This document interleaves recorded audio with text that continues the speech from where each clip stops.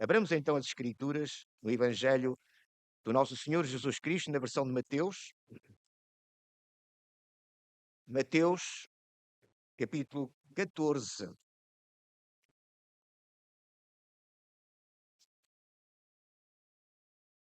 E vamos ler a partir do versículo 22 até ao versículo 33. Mateus 14, 22 a 33.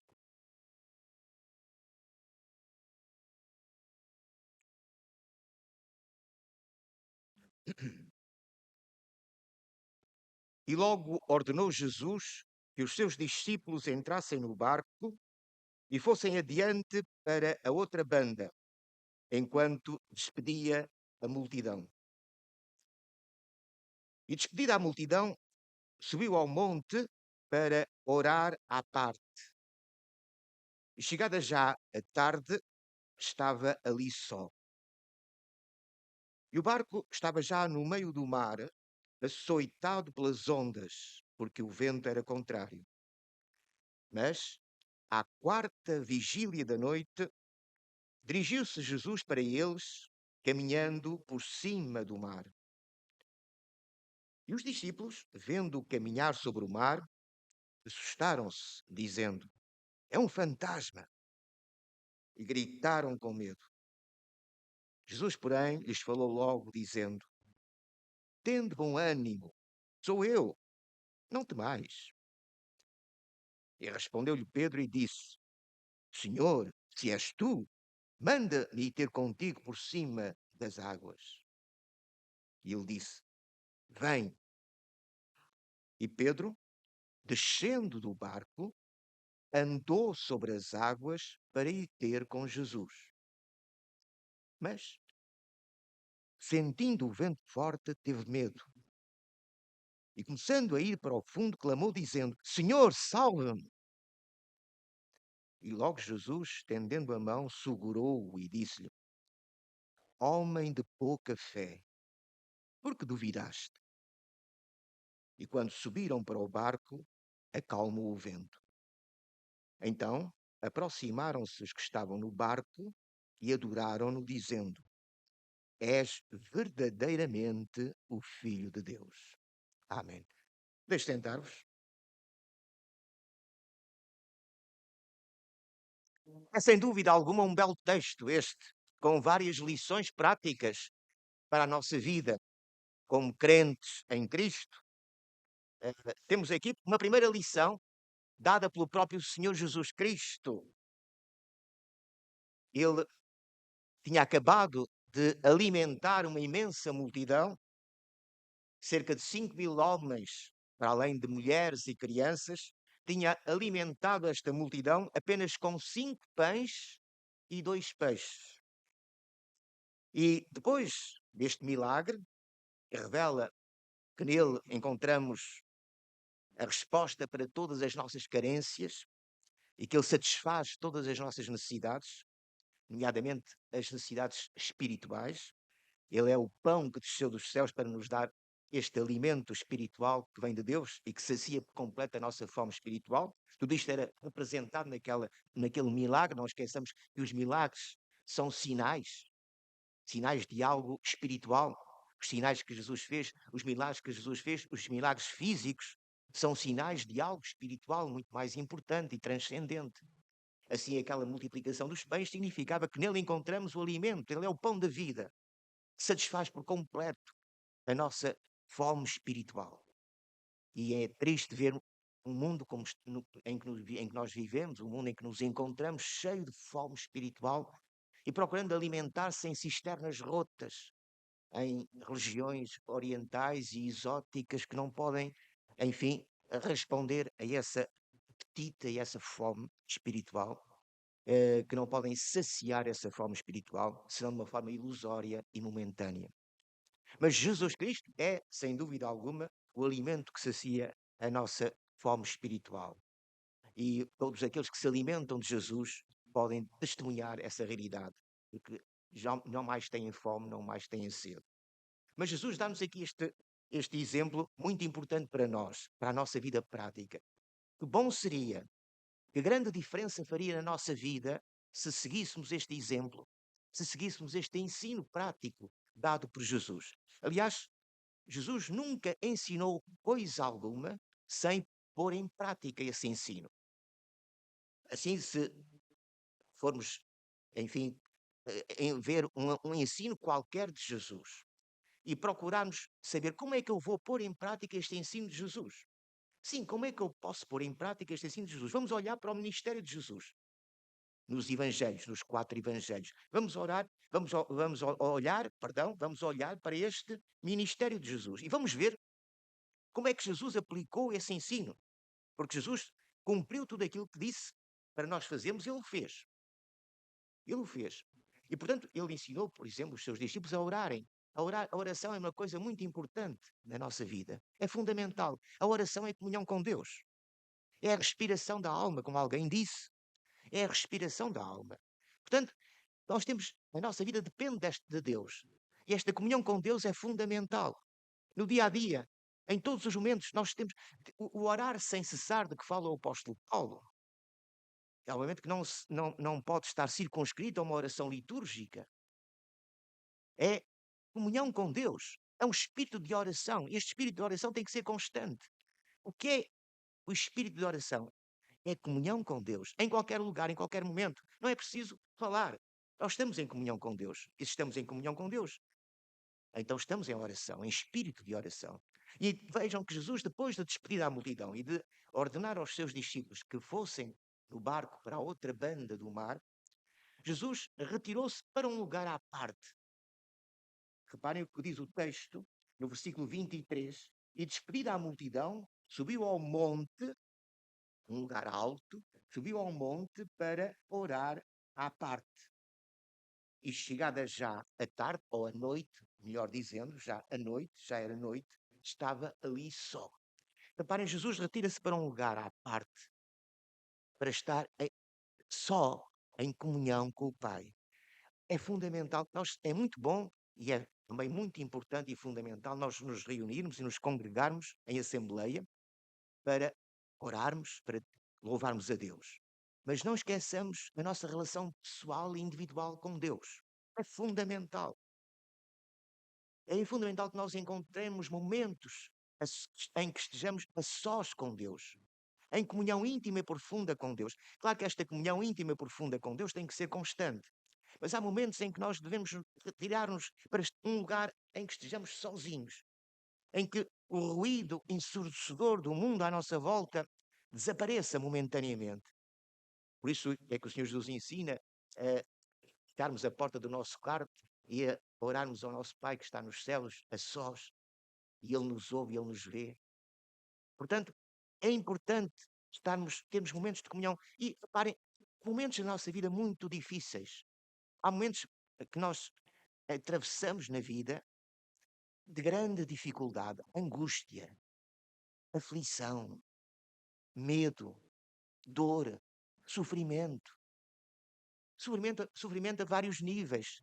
Não só sofrimento físico, mas também psíquico, também espiritual. Entes queridos que partem, que se separam de nós. E tantas outras situações adversas que criam angústia, que criam, portanto, momentos de grande sofrimento espiritual e para além do sofrimento físico. É nesses momentos que é fundamental que temos um encontro com Deus, um encontro com Cristo. Retirar-nos para um lugar à parte, sem ouvirmos nada nem ninguém, sem ouvirmos ruído absolutamente algum. E em silêncio estarmos ali em comunhão com Deus, orando, orando. E é este o exemplo que nos dá o Senhor Jesus. Não só aqui, mas em muitos outros lugares, se continuarmos a ler o Evangelho, em muitos outros lugares vemos que Jesus tem momentos a sós com o Pai. E era Jesus. Mas Jesus, como homem, não esqueçamos que ele não só é verdadeiramente Deus e 100% Deus, como é verdadeiramente homem e 100% homem. E é Jesus como homem, por isso é que ele nos pode, enfim, pode ocupar o nosso lugar na cruz e pode morrer em nosso lugar e pode livremente justificar-nos, revestir-nos da sua justiça. como homem, ele viveu em nosso lugar e morreu em nosso lugar. Mas para isso ele tem que ser 100% homem. Então, como homem, Jesus mostra a importância de cada um de nós, homem ou mulher, de cada um de nós, estarmos a sós com o Pai, a sós com Deus e abrirmos o nosso coração. Não, não quer dizer que Deus não conheça os nossos pensamentos e os nossos sentimentos. Claro que Deus conhece os nossos pensamentos e os nossos sentimentos melhor até do que nós próprios. Ainda antes que haja uma palavra na nossa boca, diz o salmista, ainda antes que haja uma palavra na nossa boca, Ele já sabe o que nós vamos dizer. Então, os nossos pensamentos, os nossos desejos, Ele conhece todas as coisas, mas é importante que nós abramos o nosso coração diante dEle. E ponhamos diante dele os nossos sentimentos, os nossos desejos, aquilo que nós ansiamos. Porque Ele é o nosso Pai que está nos céus. E nós necessitamos de desabafar com Ele. Não é? Ele não necessita de saber, nós é que necessitamos de que Ele nos ouça, que Ele ouça os nossos desabafos, que Ele ouça verdadeiramente as nossas ansiedades. Nós sabemos que Ele sabe, mas nós temos necessidade de desabafar. Somos homens. E Ele, como homem, sabia isso. E quero-vos dar este exemplo. Quando estiveres numa situação difícil, de angústia, de aflição, desabafa com o teu Pai que está nos céus. Retira-te para um lugar à parte e está a sós com Ele. E desabafa. Deita tudo cá para fora. Ele quer que tu o faças. Vê? É Ele que diz para nós orarmos. É Ele que diz que nós devemos orar e orar sem cessar. Sempre e constantemente em comunhão com Ele. Este é o primeiro grande exemplo deste texto. Mas há muitos outros exemplos práticos para a nossa vida. Vejam que os discípulos, obedecendo à ordem de Jesus, atravessaram o mar no barco, foram para o barco e encetaram esta viagem ainda comprida para a outra banda do mar. À noite, aliás, quando Jesus multiplicou os pães e os peixes, era precisamente para evitar que as pessoas fossem para as suas aldeias, porque já era tarde, em jejum, porque podiam não resistir fisicamente à caminhada. E por isso Jesus multiplicou os pães e os peixes, porque não havia outra possibilidade de alimentar aquela multidão, senão através da multiplicação dos 5 pães e 2 peixes, porque 5 pães e 2 peixes não podiam alimentar aquela multidão. E Jesus teve que fazer esta multiplicação. Portanto, já estava no declinar do dia, quando Jesus fez a multiplicação dos pães e dos peixes. Agora estamos já, quando Jesus diz aos seus discípulos para partirem para a outra banda, já se aproxima a noite. E quando Jesus vai para o monte orar, já é quase noite. E Jesus está em oração e os discípulos estão estão no barco, andando para a outra banda, no barco. E, entretanto, o vento, diz o texto, diz o versículo 24, e o barco estava já no meio do mar, açoitado pelas ondas, porque o vento era contrário. Notei? Estamos em plena noite e não há luz elétrica. Começam a adensar-se as trevas. Noite escura. Não sabemos, portanto, se havia vento, se havia tempestade, não devia haver muitas estrelas no céu que pudessem refletir a sua luz, ou a própria lua. Portanto, a noite era escura, sombria, uma tempestade no mar. Os discípulos deviam estar um pouco ansiosos também, angustiados também. Jesus não estava com eles. É certo que eles estavam ali em obediência à ordem de Jesus, mas Jesus não estava com eles. E cada vez o vento era mais forte e as ondas mais agitadas. Portanto, reparem, o texto diz, o mar estava, o barco estava açoitado pelas ondas, porque o vento era contrário. Então, irmãos, estariam a pensar os discípulos. Afinal, Jesus mandou-nos atravessar o mar e agora estamos nesta situação. E agora eu pergunto, irmãos, o que é que Jesus estaria precisamente a orar? Qual seria o motivo de oração de Jesus? Não sabemos. O texto não diz. Mas sabemos que Jesus é o nosso intercessor. Sempre foi o nosso intercessor. Desde o princípio é o nosso intercessor diante do Pai. Então não estaria por certo a interceder pelos seus discípulos. Ele sabia as necessidades dos seus discípulos. Portanto, nós muitas vezes estamos no meio do mar, açoitados pelo vento, açoitados pelas ondas, e tememos. Mas nós estamos aqui porque Deus quer que nós estejamos. Ninguém nasceu por acaso. Ninguém nasceu por vontade própria. Nós fomos gerados no seio materno e esta é uma obra de Deus. Esta é uma obra de Deus. Ninguém nasce por vontade própria.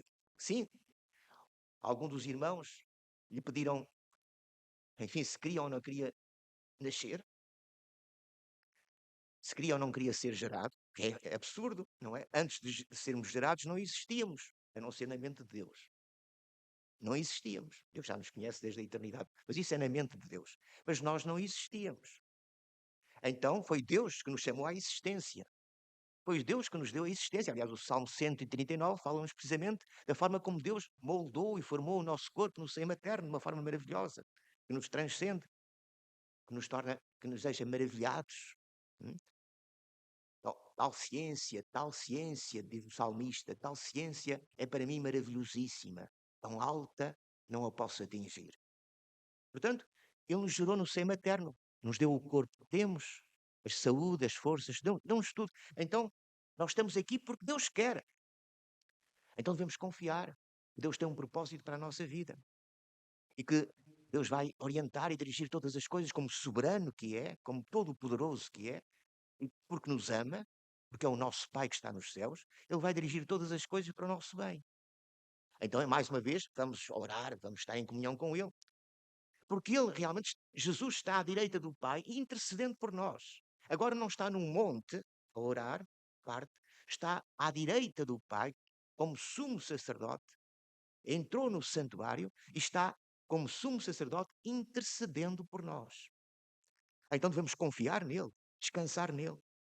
Tudo isto vamos agora encontrar na lição que nos dá Pedro.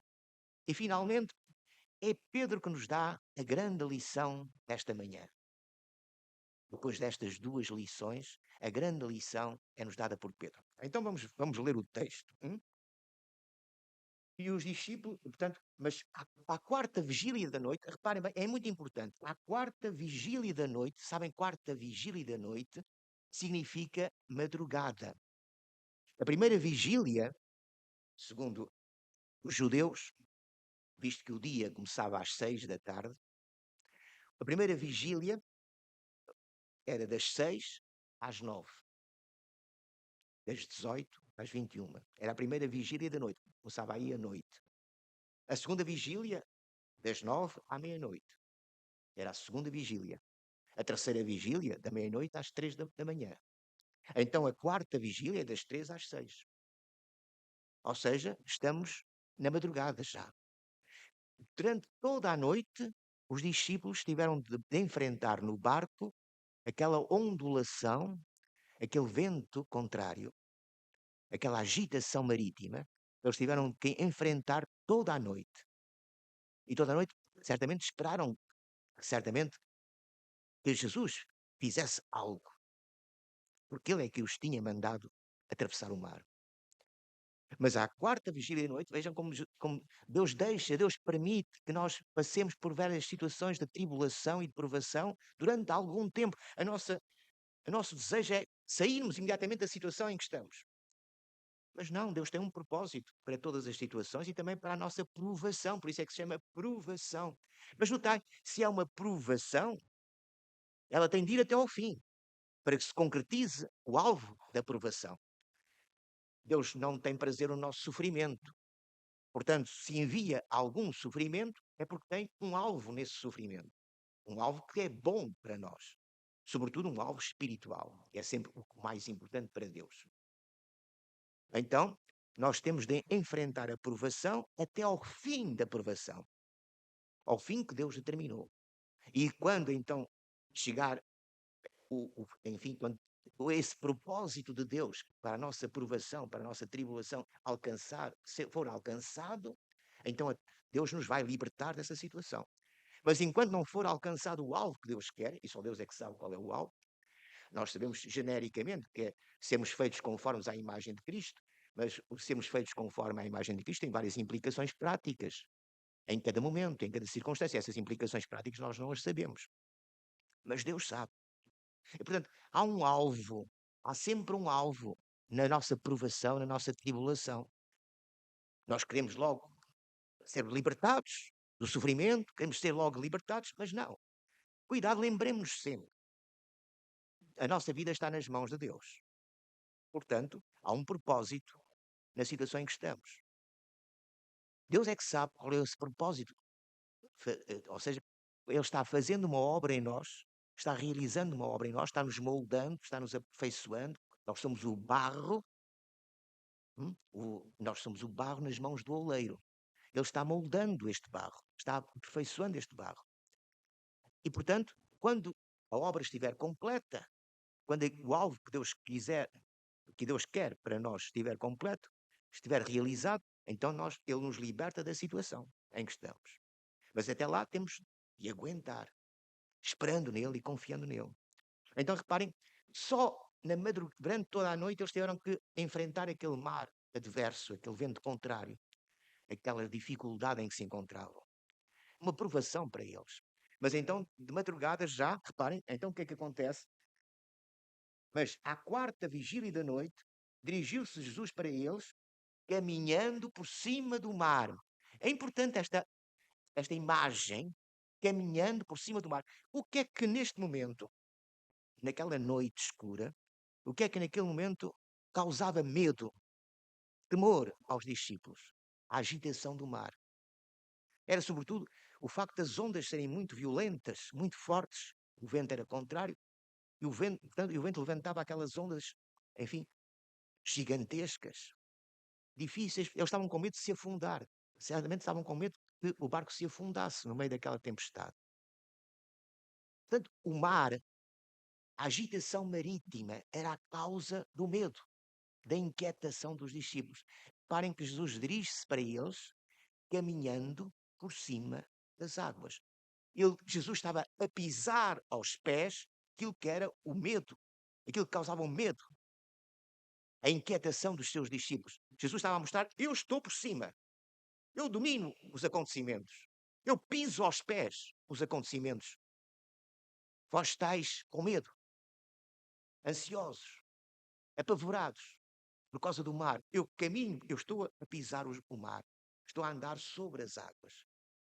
Por mais alterosas que sejam as ondas, eu caminho sobre elas, tenho domínio sobre elas, estou acima delas, piso-as aos pés. Lembramos que temos um grande Deus, irmãos, um grande Salvador, um grande Redentor, que pisa aos pés tudo aquilo que nos aflige, tudo aquilo que causa medo, angústia na nossa vida. Deus está por cima, Jesus está por cima, confiamos nele, descansemos nele. Mas qual é a reação dos discípulos? Ficaram ainda mais apavorados, é um fantasma. A superstição é uma coisa terrível, não é? A superstição sobrepôs-se. É um fantasma. Então Jesus imediatamente gritou e disse: tende bom ânimo, tende bom ânimo, sou eu. Não temais, não temais. Vede? Porque tanto temor? Afinal, não tinha sido Jesus que os tinha mandado atravessar o mar? Eles não estavam ali em obediência a Jesus? Cuidado, irmãos. Quando nós desobedecemos a Deus, podemos passar por situações adversas bem tremendas e difíceis que podíamos evitar se não tivéssemos desobedecido. Uma coisa é estar numa situação porque desobedecemos e estamos a sofrer as consequências da nossa desobediência. Mas mesmo assim, Deus tem misericórdia de nós e está por cima. Mas cuidado, uma coisa é estarmos numa situação por desobediência, como consequência da desobediência, outra coisa é estarmos numa situação adversa em obediência à vontade de Deus. Uma coisa completamente diferente. Estamos numa situação adversa, em obediência à vontade de Deus, então ainda podemos confiar muito mais profundamente na providência de Deus, na misericórdia de Deus. E então, reparem, tendo bom ânimo, sou eu. Não fui eu que vos mandei, estou aqui. O que é que estáis a temer? O que é que estáis com medo? Não vedes que eu estou a pisar aos pés o que vos aflige? As ondas do mar? Que vos causam medo e o pavor? Não estou a pisar aos pés? Isso é que eles não compreendiam. Mas vejam agora a lição de Pedro. a grande lição que nos dá Pedro. E respondeu-lhe Pedro e disse: Senhor, Pedro é sempre aquele homem impetuoso, é sempre o líder, aquele que tem, portanto, um estatuto de liderança, digamos, já faz parte da sua idiosincrasia. Parte da sua idiosincrasia. Ele é um chefe nato. Por natureza, ele é um chefe. Ele é um líder. É sempre aquele que fala em nome dos outros. É sempre aquele que toma decisões. Idealmente, foi Deus que nos criou, como somos, e portanto, havia uma razão para isso, para o ministério de Pedro. Então, reparem, Pedro, sempre ele, não é? Dinâmico, ativo, homem, homem de ação. E respondeu-lhe Pedro e disse: Senhor, se és tu, manda-me ir ter contigo por cima das águas. Primeira grande lição de Pedro, dada por Pedro. Reparem, que ele disse: se és tu, não é porque duvidasse que fosse Jesus, certamente, embora a noite fosse de trevas e, portanto, não se via muito bem, mas certamente porque ouviu a voz do Senhor e não duvidava que era o Senhor. Mas reparem que, embora Jesus viesse caminhando sobre as águas, Pedro não teve a ousadia e a insensatez, melhor dizendo, Pedro não teve a insensatez de imediatamente se lançar do barco às águas para ir ter com Jesus. Não. Pedro não é insensato. É um homem ativo, um homem empreendedor, um homem dinâmico, mas não é insensato, é perfeitamente sensato. É um homem perfeitamente sensato, com os pés bem assentes no chão. Não é um homem lunático. Não. Não é um homem emotivo, assim. Não. É um homem sensato. Ardente, no dinâmico, mas é um homem sensato. E por isso ele sabe que não pode caminhar sobre as águas. Por isso, o facto de Jesus caminhar sobre as águas é uma coisa. O facto dele caminhar sobre as águas é outra. Jesus é Jesus e ele é ele. E reparem, portanto, ele não é insensato para... és tu, então sai do barco disparado. Sai do barco disparado para ir ao encontro de Jesus. Não, não. Ele é sensato, ponderado. Mas é um homem de fé. E eu repito, e isto é muito importante para depois o que vamos ver. É um homem de fé. E de fé tremenda. De fé tremenda. Porque ele sabe que não pode caminhar sobre as águas. Mas se Jesus der ordem,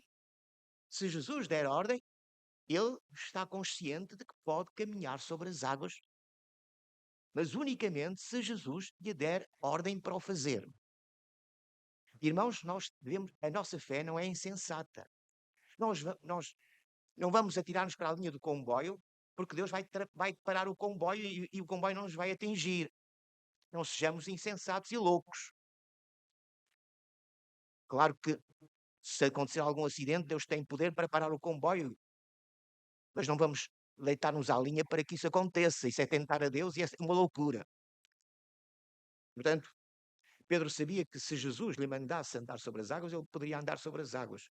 Mas ele não iria fazer isso sem a ordem de Jesus. Porquê? Reparem, manda-me ir ter contigo por cima das águas. Agora reparem, Jesus diz: vem. E Pedro, descendo do barco, andou sobre as águas para ir ter com Jesus. Portanto, agora reparem, firmado na palavra de Jesus, Pedro sai do barco e caminha sobre as águas do mar. Pedro caminhou também sobre as águas do mar. Não saiu do barco e se afundou, de modo nenhum. Firmado na palavra de Jesus, firmado na palavra e no poder da palavra de Jesus, Pedro, homem de fé, sai do barco. Irmãos e irmãs, ponhamos-nos na situação de Pedro. Sim, é bom às vezes nós pormos na situação de outras pessoas para compreendermos as outras pessoas. Porque se não nos colocamos na pele de outras pessoas, não as podemos compreender. Ponhamos na situação de Pedro. Os irmãos teriam ousadia. O mar continua agitado. Parem, o mar continua agitado. O vento continua forte. O vento continua forte. O mar continua agitado. Jesus está pisando as águas, mas o mar continua agitado. Os irmãos teriam coragem se Jesus vos dissesse: venham, sair do barco e caminhar sobre as águas para ir ter com Jesus? Não. Sejam sinceros convosco próprios. Teriam essa coragem, essa fé. Essa fé. É que é preciso muita fé na palavra de Jesus. É certo que foi um desafio que Pedro lançou ao próprio Jesus. Mas é preciso muita fé na palavra, no poder da palavra de Jesus, no poder de Jesus, para, naquela situação, se o mar estivesse calmo, mesmo que o mar estivesse calmo, para sair do barco, sabendo que vai andar sobre as águas, porque Jesus disse para andar. Então não é preciso fé. Eu estou a insistir neste ponto, porque é importante para o final. É preciso muita fé para sair do barco e ir caminhando sobre as águas até Jesus. E foi o que Pedro fez. Jesus disse: vem. Portanto, Pedro não é um homem insensato. Ele não saiu do barco imediatamente para ir ao encontro de Jesus. É um homem sensato, ponderado, mas um homem de fé. E que sabe que Jesus tem poder. Assim como tem poder para andar sobre as águas, por mais agitadas que elas estejam, Jesus tem poder para andar sobre as águas, também tem poder para o fazer andar sobre as águas. Ele pode transmitir esse poder a quem quer. Por isso os discípulos depois faziam os milagres que faziam. Em nome de Jesus. Parem, em nome de Jesus. Portanto, Jesus pode transmitir o seu poder a quem quer. E quando quer. Portanto, eles podiam caminhar sobre as águas. Ele podia caminhar sobre as águas. E, portanto, firmado, tendo esta convicção, porque Jesus disse, vem, ele andou, saiu, reparem, diz o texto, e Pedro, descendo do barco, andou sobre as águas para ir ter com Jesus. E agora, reparem, mas, começou a andar, mas sentindo o vento forte, teve medo. Irmãos, é fundamental nós iniciarmos a nossa caminhada cristã firmados na palavra de Deus. A fé é o firme fundamento das coisas que se esperam e a prova das que se não veem. E é nesta fé que nós avançamos, firmados na palavra de Deus. Mas cuidado, não podemos dar ouvidos aos ventos fortes à nossa volta, às circunstâncias adversas. No momento em que encetamos esta caminhada, os nossos olhos têm que estar postos sempre em Cristo e só em Cristo, olhando para Jesus, autor e consumador da fé. Este é o segredo da vitória. O segredo da vitória é olhar para Jesus, é confiar em Jesus, é descansar em Jesus. Por mais adversa que seja a situação, por maiores que sejam as contrariedades, por mais fortes que sejam os ventos, por maiores que sejam as ondas do mar, nós estamos a olhar para Jesus, firmados na palavra de Jesus, vamos avançando sobre as águas. Mas no momento em que deixamos de olhar para Jesus, deixamos de ouvir, vem, este vem de Jesus, deixamos de ouvir este vem e começamos a ouvir os ventos. Começamos a olhar para as circunstâncias adversas, né? Os ventos continuam fortes e as águas agitadas. E Pedro começa a ver em vez de olhar para Jesus, em vez de ouvir vem, como foi no princípio, começa a olhar à sua volta e a ouvir o vento e as circunstâncias adversas. Começa a olhar. E a fé vai dar lugar ao medo. A fé vai dar lugar ao medo. Esta confiança tremenda no poder de Cristo começa a atenuar-se, começa a desvanecer-se e acima dela surge o medo. E quando nós tememos, começamos a afundar. Foi o que aconteceu com Pedro. Então reparem, teve medo. E começando a ir para o fundo, clamou, dizendo: Senhor, salva-me. Vede, um homem de fé iniciou uma caminhada impossível. Uma caminhada impossível. Mas começou esta caminhada impossível e avançou neste caminho impossível pela fé. Pela fé. Mas quando começou a ouvir o vento, quando começou a dar ouvidos às vozes adversas, e quantas vezes nós começamos a dar ouvidos às vozes ensurdecedoras do inimigo à nossa volta. Sim, o inimigo tem os seus agentes por toda a parte e começam a falar, e nós começamos a dar ouvidos às críticas, a isto, a aquilo, e começamos a dar ouvidos. E começamos a olhar para as circunstâncias à nossa volta e começamos a dizer: mas isto, mas é impossível continuar, é impossível continuar. Pois é impossível continuar porque deixaste de olhar para Cristo, porque deixaste de confiar na palavra de Cristo, porque estás, enfim, a olhar mais para as circunstâncias do que para Cristo. Estás a ouvir mais aquilo que não deves ouvir do que aquilo que deves ouvir. E por isso começas a temer e começas a afundar-te.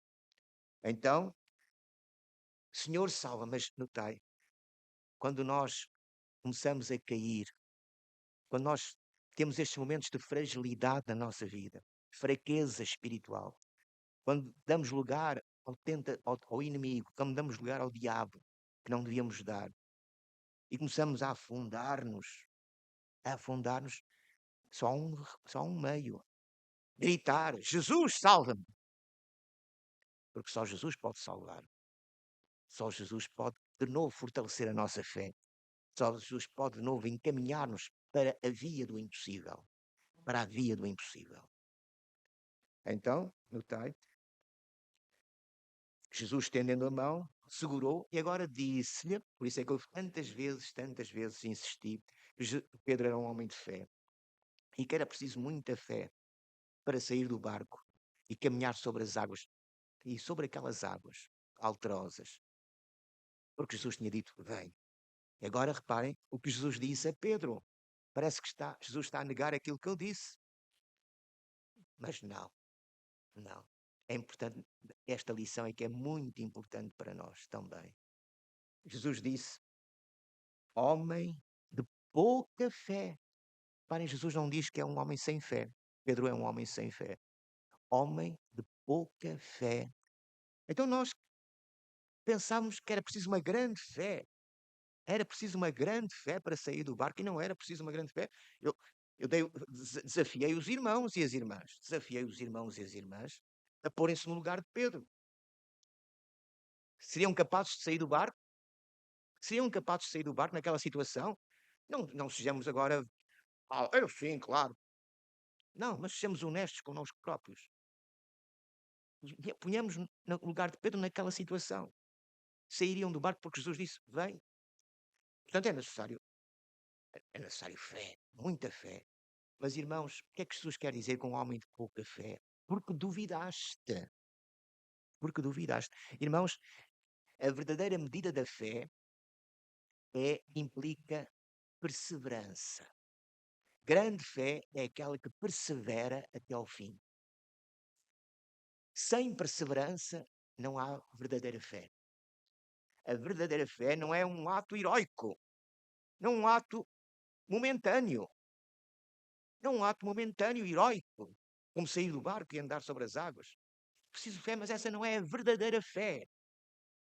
A verdadeira fé é aquela em que, dia a dia, no meio das tempestades, no meio do sofrimento, no meio das aflições, no meio das alegrias, no meio das tristezas, no meio dos prazeres, no meio dos sofrimentos, aquela que se permanece firme. Aquela que permanece firme, olhando para Cristo, confiando na sua palavra. Essa é que é a verdadeira fé. Aquela que persevera até ao fim. Por isso o Senhor Jesus disse, só aquele que perseverar até ao fim é que será salvo. Porque é que só aquele que perseverar até ao fim é que será salvo? Porque a verdadeira fé não é um ato heroico, momentâneo. Todos nós podemos ter momentos de grande emoção. E nesses momentos de grande emoção, esse é o grande perigo do cristianismo. Quantos e quantos pensam que aceitaram Jesus como Salvador, mas não foram convertidos por Deus? Porquê? Porque foi apenas um momento de emoção. Talvez porque alguma coisa os emocionou e eles, pronto, aceitaram Cristo. Mas depois, ao longo dos tempos, arrefecem e afastam-se. Isso não é fé nenhuma. É um ato momentâneo. A verdadeira fé é aquela que nos faz perseverar dia após dia, momento após momento, em todas as circunstâncias da nossa vida, quer felizes, quer infelizes, alegres ou tristes, prazeres ou dores. Mas continuamos firmes na fé. Portanto, irmãos, atentemos bem para esta lição de Pedro. Tudo começou tão bem. Pedro caminhou sobre as águas. Era impossível, mas ele caminhou porque estava firmado na palavra de Deus, na palavra de Jesus. Mas depois, irmãos, nós também, a vivência cristã, a caminhada cristã é também, digamos, uma impossibilidade. Por nós mesmos, nós não podemos caminhar nesta via de salvação. É um caminho estreito, um caminho difícil. Só a graça de Deus e o poder de Deus é que nos podem levar e conduzir por este caminho.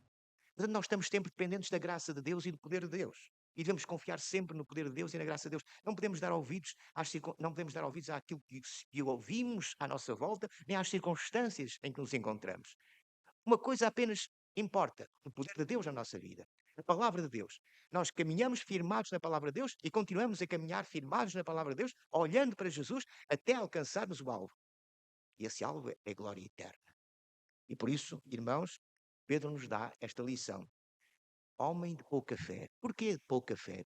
Porque duvidou. Não foi até ao fim. A verdadeira fé vai até ao fim. Por isso, Pedro irá negar Jesus, num momento crucial. Irá negar Jesus por 3 vezes. Mas depois de ser verdadeiramente convertido pelo poder de Deus, como Jesus prometeu, mas tu, quando te converteres, apacenta o meu rebanho. Então, depois, quando se converteu verdadeiramente, o homem ousado que ele foi. Mas agora, Pedro é um homem ousado no poder do Espírito Santo, regenerado por Deus, é um homem verdadeiramente ousado até à morte. Ele deu a sua vida por Jesus. Ele deu a sua vida por Jesus, Pedro. Portanto, irmãos, a verdadeira fé é aquela que persevera até à morte, persevera até ao fim, porque está sempre firmada naquilo que é verdadeiramente o Filho de Deus. Amém.